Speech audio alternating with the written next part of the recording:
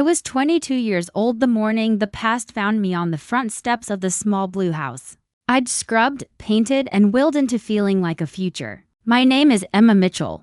And if you've ever tried to sand the memory out of wood, if you've ever pressed a power sander to a door frame and hoped the wine would erase the ache, you know it doesn't work. The ache sinks deeper than paint. It sinks all the way into the grain, into the place where you can't reach it unless you're willing to tear the whole thing down. I was holding a paper bag with 2 warm blueberry muffins. A bag I'd gotten from the diner on Elm because my son, Noah, always asked for the one with the big sugar crystals on top. Morning light slid in thin ribbons through the maples. The neighbor's sprinkler ticked like a clock, trying to decide whether time should move forward at all. My backpack from community college cut into my left shoulder. On my right palm, the scar from the night they kicked me out had healed into a white river that curved toward my thumb. Noah's sneakers were already on the mat, little black ones with white toes. Toes that scuffed everything. He'd left them facing opposite directions like 2 opinions. Through the screen door, the house smelled like laundry detergent and crayon wax and the lemon oil I rubbed into the second-hand table so often that one day it might become a lemon itself. I could hear Noah humming to himself from the living room, building something out of blocks and talking to the space where a father should have been. Mom? He called when the hinges complained. He called me Mom the way some people say grace, as if the word itself held our roof up. You got the sparkly muffin? I got the sparkly one, I said, stepping inside. 2 of them. One for you and one for my coffee. That's not fair. He appeared around the arm of the couch, hair like a wheat field after a too early storm. You can't eat a muffin with coffee. It's illegal. It's only for kids. Arrest me. I set the bag down on the table and reached for him.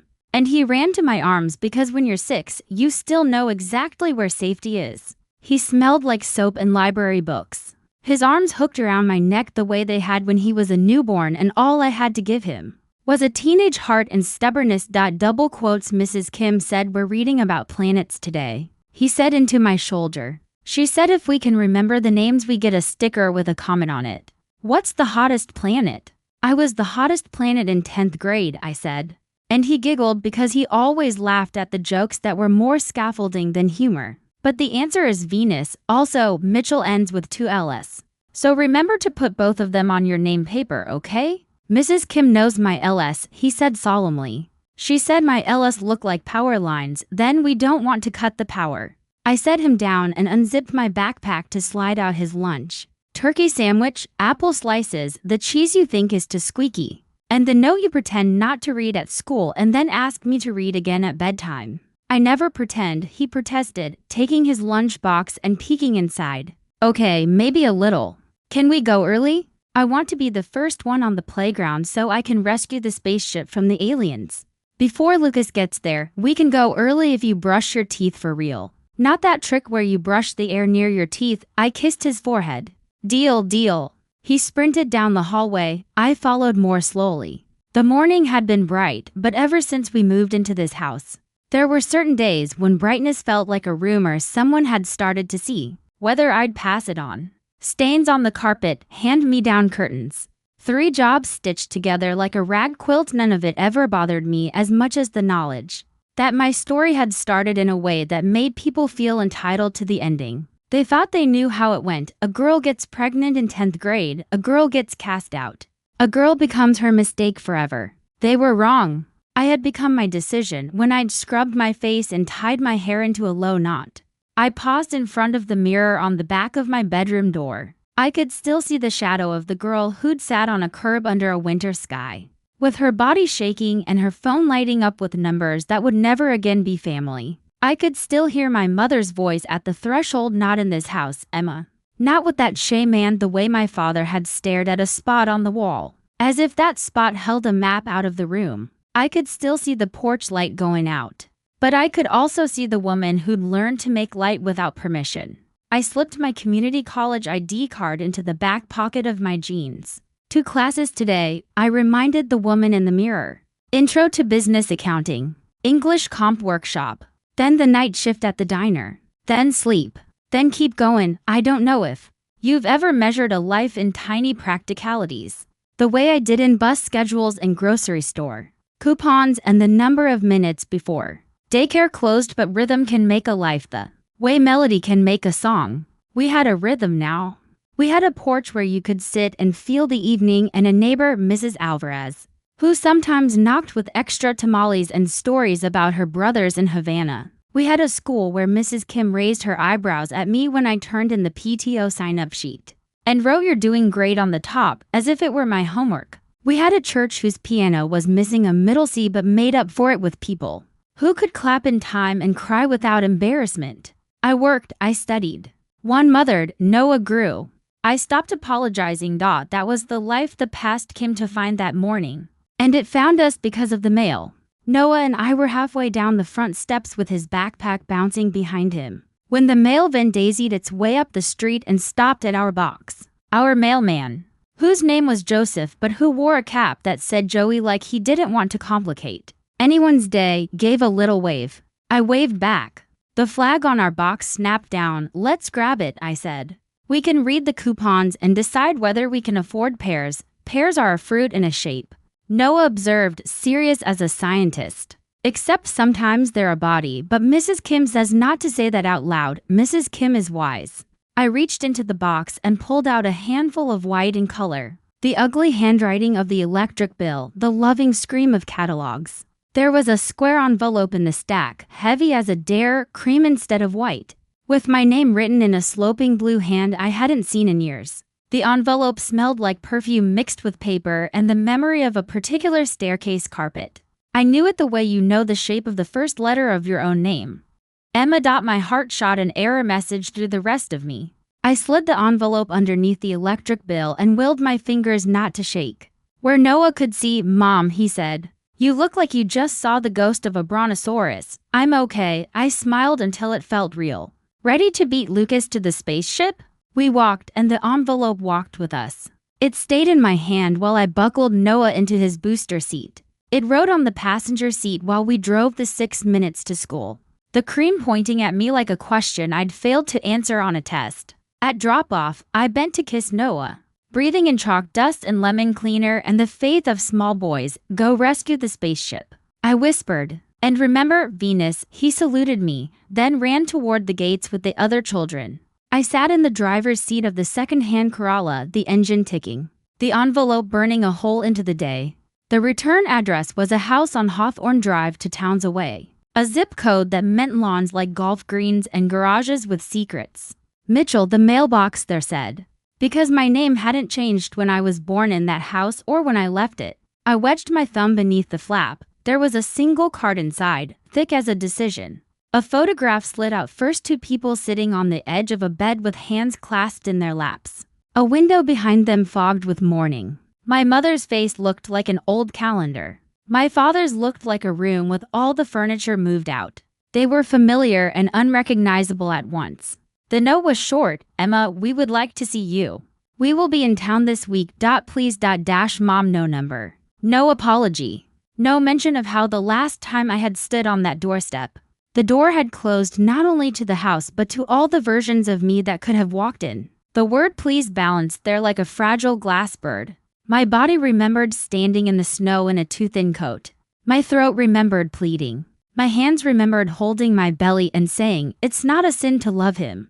As if love were a defense when you're a girl in 10th grade. Adults talk around you like you're a decoration in a room. They use words like mistake and consequence and morals, especially if the church has embroidered those words into their seats. They ask whether the boy loves you, whether he's going to marry you, as if a boy's promise could withhold whether. They do not ask if you know how to breathe through fear. They do not teach you how to hold both joy and dread without dropping either. I put the note back into the envelope. I could feel my heart begin to do the math of it. How long until my next class? Whether I could stop by the diner for extra hours. Whether seeing them would crack open the ceiling I'd built with my own hands. On the way to campus, I stopped at the park and sat at a picnic table so faded you could no longer tell what team the names carved into it had belonged to. I turned the envelope over and over, like maybe the act of moving it through space would change what it said. Please. There's a trick I learned from the women at the diner, the ones who knew more about scars than any doctor I'd ever met. When you're terrified, they said, move your body in a way that proves you're still yours. Snap a rubber band on your wrist.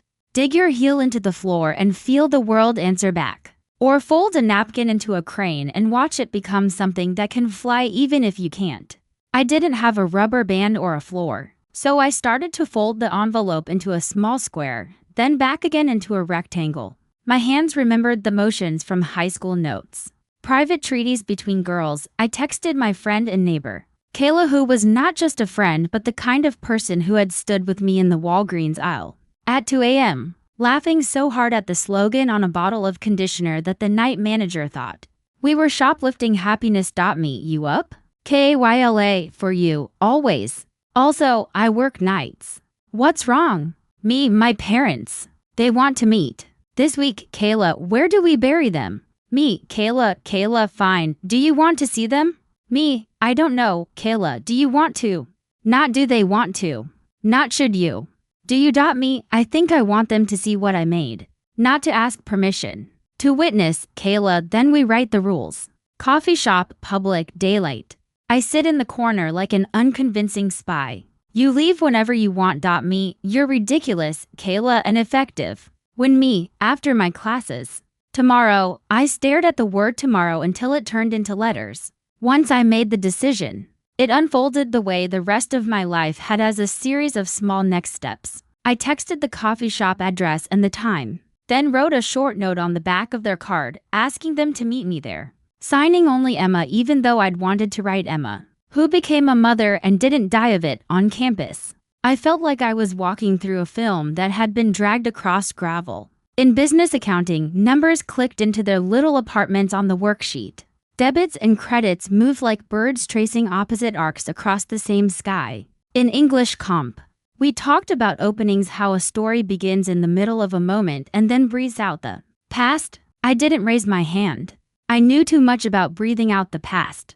After class, I slipped into the diner in my polo shirt and wrote special next to the strawberry pie in big hopeful letters. The lunch rush came like a sudden wave, a table of men in orange vests who called me kiddo. Until my face must have said enough. A woman who apologized for crying because her landlord had raised the rent. A college couple who fought about philosophy and then tipped in crumpled pride. Between orders, I wiped down the counter and wondered how you could measure the weight of a single please against the scaffolding of a decade. When my shift ended, Mrs. Alvarez was waiting on my porch steps like a teacher waiting to grade the weather. I took Noah to the playground, she said, standing. He says Venus is spicy. I told him hottest, I said. His translation system is unique. He's good. She reached for my hand, held it without questions. You look like your spine is trying to leave your body. Sit, breathe, tell me. I told her about the envelope and the note and the coffee shop. She listened the way she always did, like listening was an art and she had the right brushes. When a family reappears, she said, they often bring their theater with them. You don't have to audition. I don't want Noah to get confused. My voice faltered on the word. Part of me wants him to have grandparents who give him silly presents and ignore my rules. The other part remembers the door. You are the door now, Mrs. Alvarez said simply. You decide who comes through. And if you let them in, you can decide how far. That night, after homework and baths and a bedtime story where the dragons negotiated a fair trade agreement with the villagers, I sat at the kitchen table with my notebook. The coffee shop time was circled on the page. Around it, I wrote the rules Kayla had texted me: public, daylight, witness, leave when I want. I added one more: I would not apologize for surviving. In the morning, Noah dressed himself in a shirt he claimed made him run faster. He ate his muffin with the solemnity of a justice administering a vow. He told me the sun was actually a star even though it looked too friendly to be one. And he gave me a hug that stuck to my shoulders like an anchor I chose to keep. When I dropped him at school, he turned back at the gate and shouted, I love you 300. He meant 300 miles, 300 muffins, 300 lifetimes. I held his words in my mouth like a vitamin. By the time I reached the coffee shop, my palms were damp and my throat was dry and my mind felt like a room where every light was on at once. The shop was one of those places that used reclaimed wood and Edison bulbs to make you feel forgiven for everything you were about to confess. I ordered iced water because I knew I wouldn't drink coffee. Kayla was already there in the corner, wearing sunglasses that made her look like a witness protection program for a bee. You look like a celebrity whose career is in limbo. I whispered, and you look like a woman who's about to teach the past how to behave, she said. I am here to look mysterious and text you if they seem like they're going to try to adopt the barista. I took a seat near the window where the light made a trapezoid across my knees. The door opened with a chime that sounded like a decision. A couple walked in, a woman with hair the color of my childhood dining room table. A man with shoulders that bore the echo of guitar practice from before I was born. Everything in me reached forward and retreated at once. Emma, my mother said, stopping a step away. As if there were an invisible line she was afraid to cross. Her eyes were the same blue as the ink on the envelope. My father's hands were in his pockets the way they had been the night I left. And the sight of it made a dozen burdens I didn't know I was still carrying suddenly flare into acknowledgement. Hi, I said. My voice didn't shake. Thanks for coming, they sat. The air between us filled with the smell of coffee beans and the sound of a milk steamer, pretending at ocean. For a moment no one spoke. It felt so like our literal living room at home, the one I hadn't stepped into in years, that my body wanted to default to old posture, to tuck smaller, to please. I didn't. I put my elbows on the table and folded my hands the way I'd seen women in power do. Women who wrote their names in black marker across boxes that had never been meant to contain them. You look. My mother paused, then chose a word like she was afraid of setting off a trap. You look good. I am good, I said. I am working. I am studying. Noah is thriving. At the sound of his name, both their faces flickered. My father cleared his throat. We'd like to meet him, he said, and then he seemed surprised that he'd spoken first. His voice sounded older than I remembered, like it had been walking a long distance in bad weather. That would depend on many things, I said evenly. The first being why you're here. My mother pressed her fingers to the paper sleeve around her cup as if she were reading its fortune. Because 2010 feels like yesterday when I close my eyes, she said softly. And a small fury lit inside me like a pilot light. Because I hear your name and the house remembers you. Because I was wrong. I know I was. But I didn't know how to be anything else. I had imagined this for years, the apology that might come. The words that might undo the knot in my chest. I'd imagined I would be magnanimous. That I would lift them up like a scene in a film where everyone stands and claps for decency. The reality felt steadier, quieter. My forgiveness, if it existed, would be a bridge built over time. Not a door I could fling open on cue. Do you remember the night? I asked. I was 16. It was snowing. I was standing in the doorway with a backpack and a heartbeat and the idea that love could be enough to get me through the night. My mother's lips trembled. My father's jaw tightened like a fist trying to hold water. I remember, my father said. And I remember, my mother whispered. I remember saying things I thought would stop a different future. I thought if I told you no, your yes would disappear. I didn't understand that your yes was your life. Words can be houses or hammers, I said. That night, yours were hammers. Silence is different when it's chosen. I let it be. The milk steamer sighed. Kayla texted me a single alien emoji and then a heart, which I took to mean I'm here if you need me. Even if you need me to abduct them. We came, my father said finally. Because your aunt, my sister, has been sick. She's closing things, accounts, old loops. She asked to see you, and when we couldn't promise it, she said she'd send you something herself. She said she should have stepped in back then. I think she means to try now. I thought of my aunt with the dry laugh and the expensive necklaces. The one who used to press peppermint candies into my palm at church. When the sermon outlasted the hymn, she had been the only person to follow me outside the night I left. But even she had stopped at the bottom of the steps. As if the role of witness was the only one the family had assigned her. What does send me something mean? I asked. My mother's hand shook. She reached into her tote and took out another cream envelope, heavier than the first. A little embossed flower in the corner, ridiculous and delicate. We don't know, she said. But she wanted you to have this in person. She said, my mother's voice cracked. She said this was the only way she could be sure you'd know it was from love. I took the envelope. It was warm from her hands and from the heat of the shop, and it felt like holding a small door. For a second I imagined opening it and finding a map, a deed to a different life. A letter in which someone older than me admitted the world was hard, and they wished they'd made it softer. For a second I imagined the opposite, a demand, a trap. A note that said, now that you've done the work of surviving, let us retroactively approve of you. Thank you, I said. I didn't open it. I slid it into my bag and zipped the bag closed, because I needed to decide whether the woman who opened it would be the girl from the steps, or the mother whose son needed apples sliced just right. I'll read it later. My mother's eyes were wet. Emma, would you tell us about Noah? His favorite planet is Venus, but he calls it spicy, I said. And I knew then that the person I had become was not going to perform my pain to prove it existed. He likes comics and he builds spaceships out of stolen Tupperware. And he is very serious about the way the moon follows the car. He is kind. He is the kindest thing I have ever met. My father's shoulders lowered. The way a man up a ladder climbs down. I don't have the right to ask, he said. But may we try? To be something. Maybe not grandparents, not yet. People who can purchase a ridiculous number of pairs.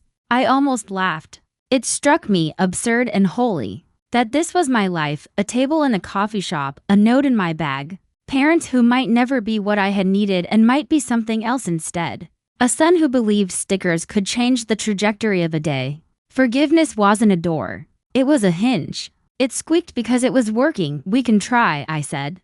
It will be slow. It will be on my terms. You will not make decisions about Noah without me. You will not speak about my past as if it were an indictment and not an origin story, yes. My mother breathed. Of course, and I added, feeling the steadiness that arrives when you say a thing out loud and the floor doesn't collapse. You will meet me in public places until I say otherwise. We will build something in the open air. We will, my father said. We talked then like people trying to learn a language they should have grown up with. We were awkward. We were careful. My mother told a story about me at 4, marching into my father's office with a glitter-caked crown from preschool and declaring a holiday. My father admitted he still keeps a photo of me at 6 stuck in the corner of his desk. The corner's worn white from being straightened in bad meetings. They asked if Noah liked trains. They asked if he used both LS when he wrote Mitchell. I felt my heart stand at the window and consider coming down the stairs. When they had more than passed, I stood. I have to pick up Noah, I said. And their faces moved through hope and fear and something that might have been gratitude. Emma. My mother said, rising with me, may I? She gestured toward me with a hand that hovered like a question mark. When I nodded, she stepped forward and hugged me the way you pray when you're out of practice, brief, desperate, real. My father shook my hand. And then with embarrassment as if he hadn't meant to do it in front of witnesses, he pulled me into an embrace that smelled like aftershave and the first day of school outside. The light had the particular clarity of afternoons that will be remembered. I texted Kayla a single comet emoji and she texted back a crown.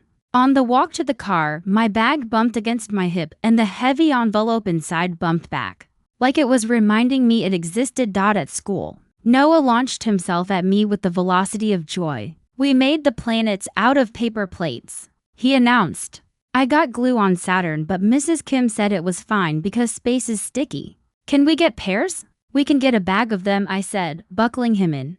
A ridiculous number, like 100? Maybe not 100, I laughed. But a lot. We went to the grocery store where the pairs were piled like a soft green mountain. Noah picked each one up and sniffed it and decided whether it was worthy. In the cereal aisle, I reached into my bag for my wallet and my fingers found the envelope again. Without letting go of it, I pulled out my phone and snapped a picture of Noah, serious as a judge, choosing fruit for his kingdom. At home, we washed the pears and bit into one at the sink, juiced down our wrists. I helped with homework. I checked the clock. When Noah settled with his comics and a bowl of apple slices because pears were in his first ruling as monarch, for special, I took the envelope to the kitchen table. The edge tore cleanly. Inside was a letter on thick paper and beneath it something else thin, official, folded. I unfolded the letter first. Aunt Ruth's handwriting, confident and a little slanted, walked across the page. Emma, if I could go back, I would stand between you and the door. Since I cannot, I am standing here, now, between you and the world in the only way I know how. Enclosed is a key to a storage unit on Glen Street and a notarized document, giving you ownership of its contents. You will find records there and you will find a few surprises. The surprises are yours by right. Do not argue. Arguments are how our family avoided love for too long. You were never a mistake. You were the arrow, Ruth. My breath stopped. The other document was indeed notarized, my name in black ink. My hands a little numb around the edges, the unique number written at the top like coordinates. There was also a small brass key taped to the bottom of the page, shining like a lowercase miracle. Mom, Noah's voice came soft from the doorway. Why are you crying? I hadn't known I was. I wiped my cheek and smiled at him through the surprise of it. Because sometimes, I said, the world gives you a door you didn't expect. And it's scary and good at the same time. Can I open it? His eyes widened. Is it a real door? It's a storage door, I laughed, a wet sound, which is a little less magical than I made it sound. But maybe it is magic. Maybe it's ours. He considered this with the gravity only 6-year-olds have. Can we get a sticker if we open it? I hope so, I said. I hope it's full of stickers. That night, after Noah was asleep and the house had settled into its nighttime breathing, I took the key out of the envelope and held it under the kitchen light. It felt heavier than it looked. It felt like a small piece of a larger story. Like the hinge on a door that had been waiting for my hand, I texted Kayla, tomorrow. Storage unit. Come armed with sarcasm, she replied, and snacks, I added, and a little courage. She sent, you already have the large size. When I finally crawled into bed, I set the key on the nightstand where some people keep holy water or wedding rings or worries. The room was quiet except for the refrigerator's soft humming and the distant bark of a dog, who believed in his own voice. I closed my eyes and saw a snow-lit porch. And then I opened them and saw a small brass key in a soft pool of lamplight. The ache in the wood of my story didn't vanish, but for the first time in a long time, I felt like I was about to sand down to something beautiful.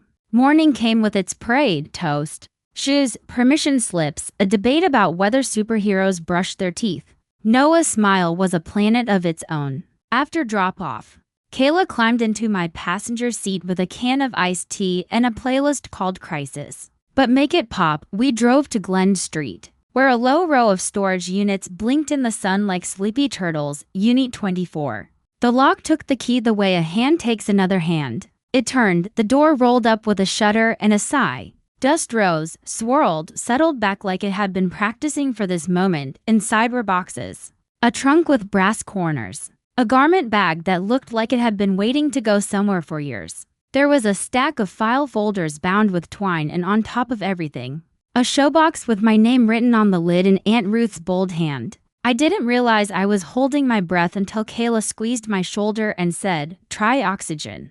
It's been tested. I lifted the lid of the showbox. Photographs flooded the light me as a baby in my father's arms. My mother laughing in a way I'd forgotten her face could, a paper crown from a long ago birthday. A report card with a note from a teacher who believed I asked good questions. Beneath the photos was a yellowed envelope labeled for when you are ready. Inside that, a letter and a set of keys to a place I did not recognize, a small address written in my aunt's precise script, along with a note, you will understand when you get there. Is this a treasure map? Kayla whispered, eyes wide, I think, I said, throat tight and open at once.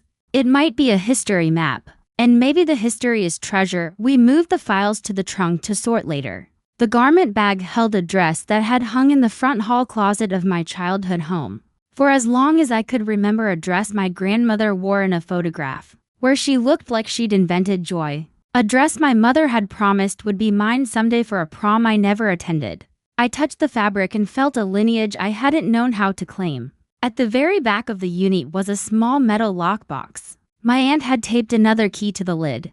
Inside were documents, bank statements, deeds, letters with signatures from people whose names meant power in our town. My aunt's note lay on top. Emma, these are records your grandparents kept of investments they made for their grandchildren. Your parents chose not to tell you because they wanted to control the timing.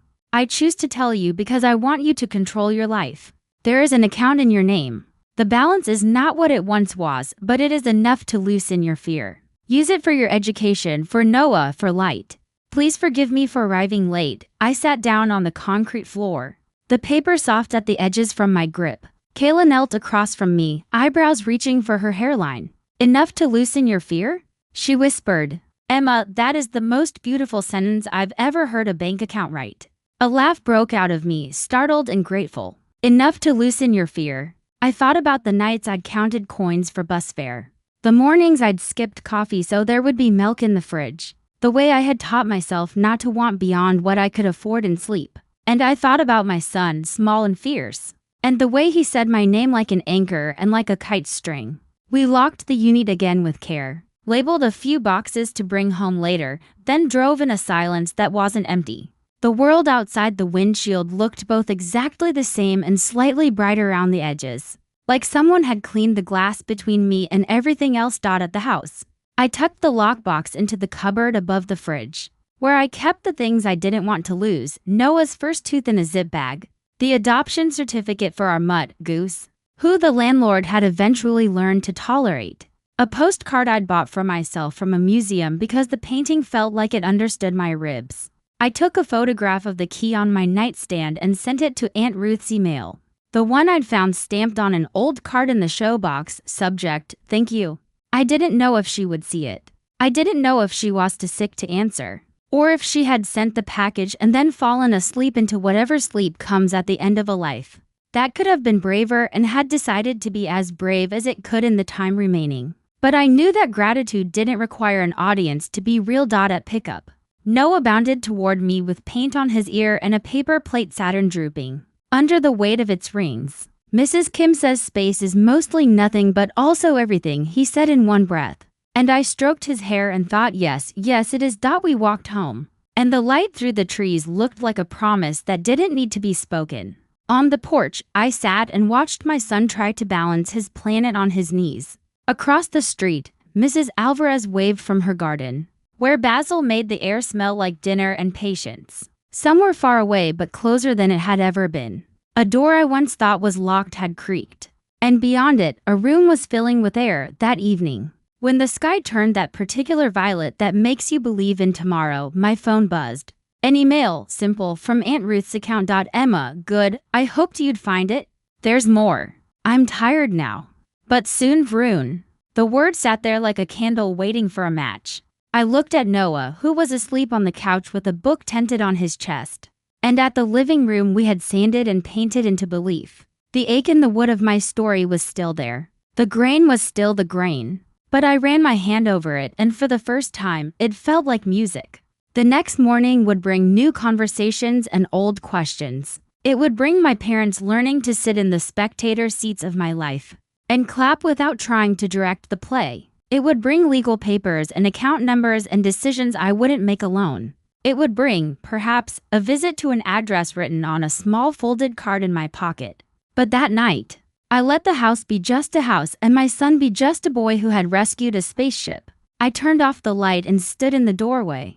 And I did not flinch from it because this is how I begin again, not by asking permission, not by painting over the knots, but by laying my palm on the living wood and feeling it answer back.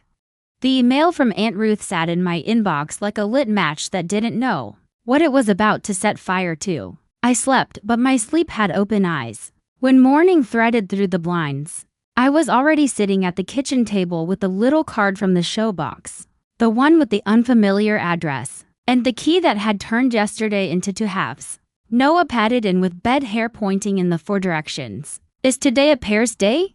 It's a pears and answers day, I said, kissing his forehead. Get your shoes. We'll drop you at school and then I have some grown-up errands. He nodded like an astronaut signing off on a mission. On the way, he explained that Jupiter wasn't trying to be rude. It just couldn't help being huge. I watched him walk through the gate with his paper plate Saturn held like a shield. And I whispered a thank you to whatever constellation had arranged for Mrs. Kim and her stickers. And her patient voice, Kayla slid into my passenger seat again. A thermos in one hand and a banana in the other like she was prepared to fight scurvy and despair in equal measure. Coordinates, she asked. I told her the address. She whistled. That's the row near the old train depot. Antique shops, a cobbler who only fixes shoes he respects, and a bookstore that smells like rain invented it. We drove. The depot's red brick contrasted with the new condos growing like teeth around it. The address led us to a narrow storefront tucked between a tailor's shop and a repair place, where the sign promised they could fix anything except broken hearts. The front window held nothing but dust and the memory of letters that had been scraped off in a hurry. A bell over the door looked like the kind of bell that would complain.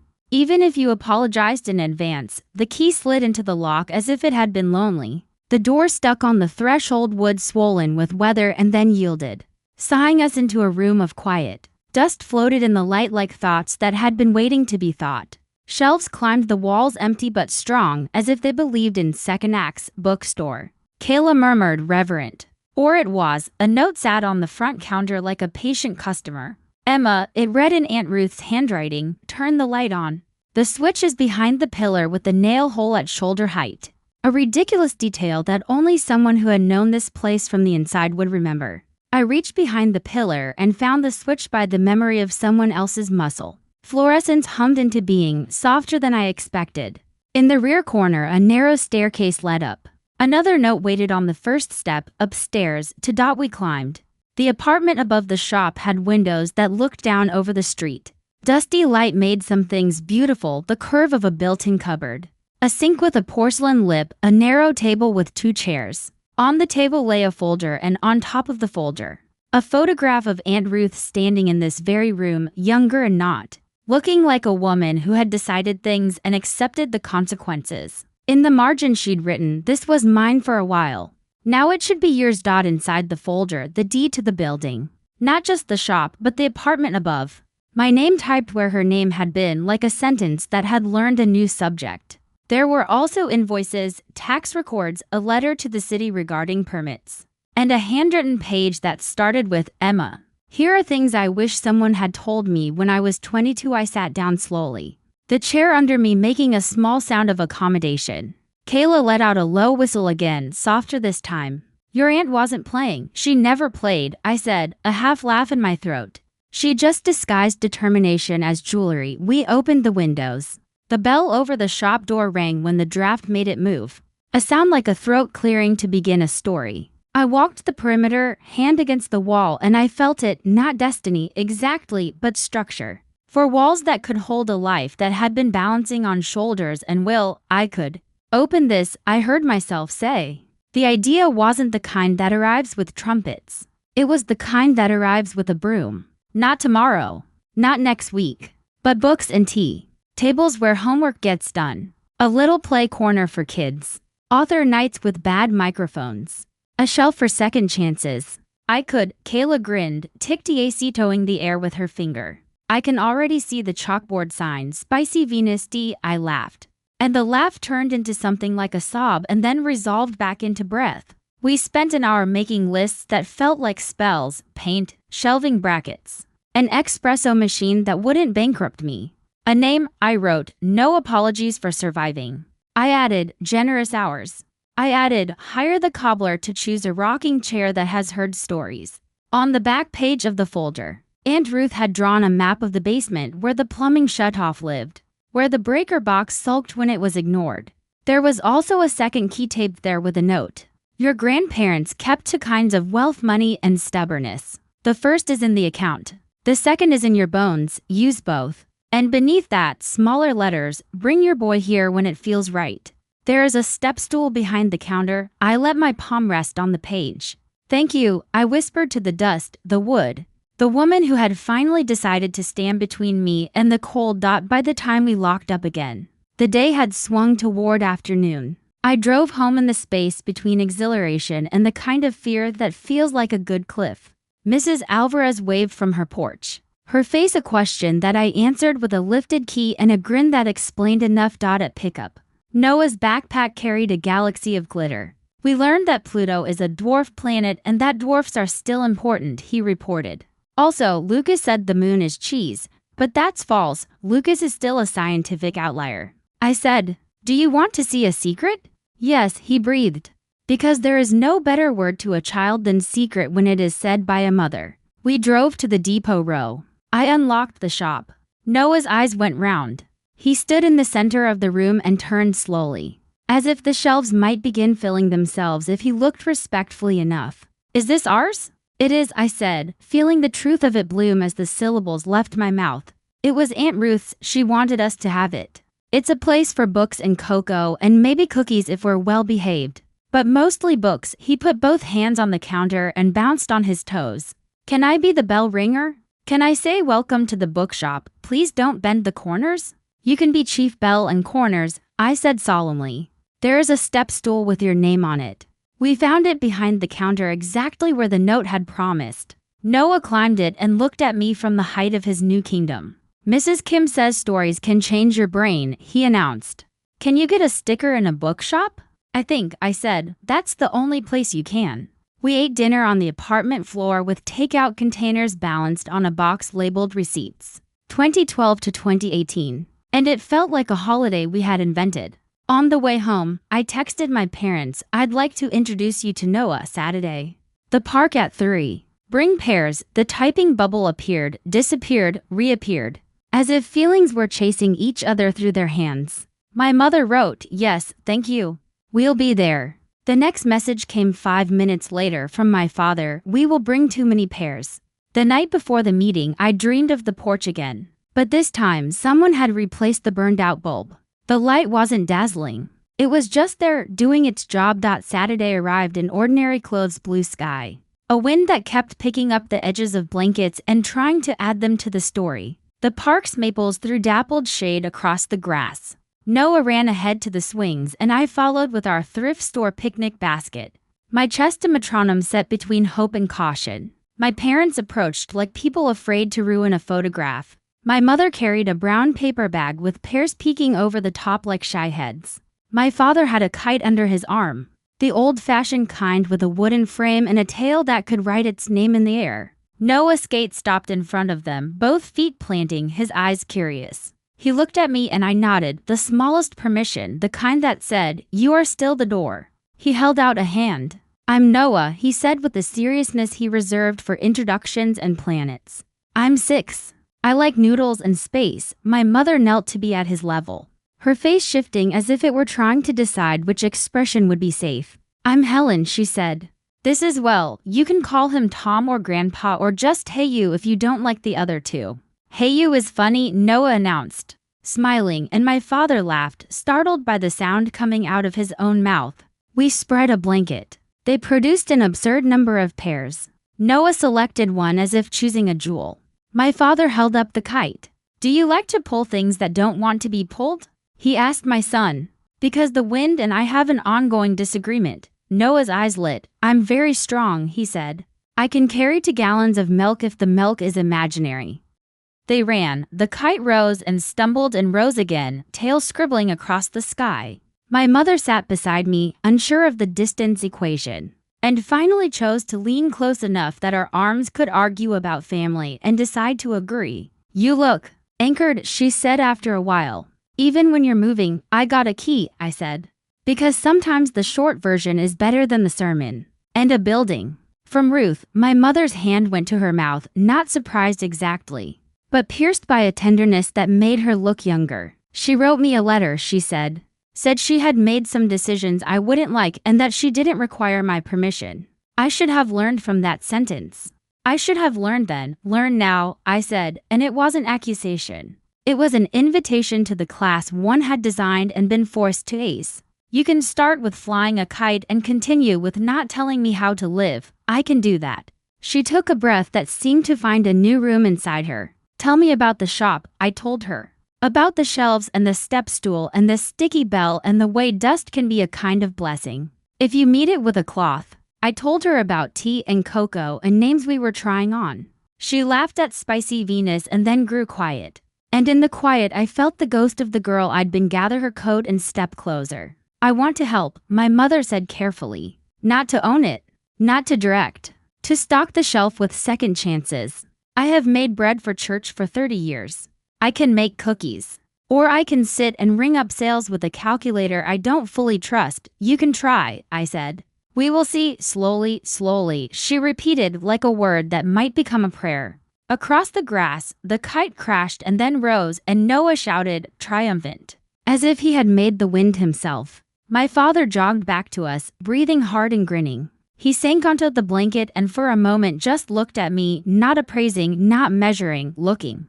I read a lot when I was a boy, he said, eyes on the kite's bright slap of color. It made my father nervous, the way some people are nervous around wells. He thought there was too much depth, that someone might fall in and not come out the same. I hope your boy falls in. I hope he swims. If you ever want me to fix shelves or be quiet nearby while you make decisions, I'm capable. I thought about the tools in his garage, the ones he'd used to build small repairs and large silences. I might ask, I said. There's a bolt in the back room that believes it's decorative, he chuckled. Then, quieter, I'm sorry, the words weren't a magic trick.